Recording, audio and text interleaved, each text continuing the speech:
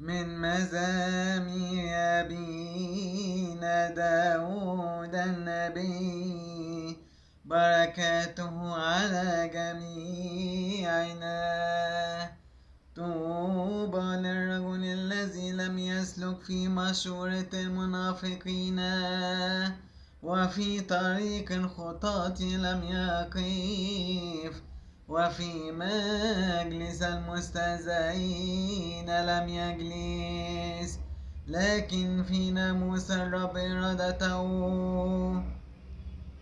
وفي ناموسه يلهج نهارا وليلا، فيكون كالشجرة المغروسة على مجاري المياه، التي تعطى ثمرها في حينه، وورقها لا ينتسر، وكل ما يصنع ينجح فيه. ليس كذلك المنافقون، ليس كذلك، لكنهم كالهباء الذي تزري الريح عن وجه الأرض.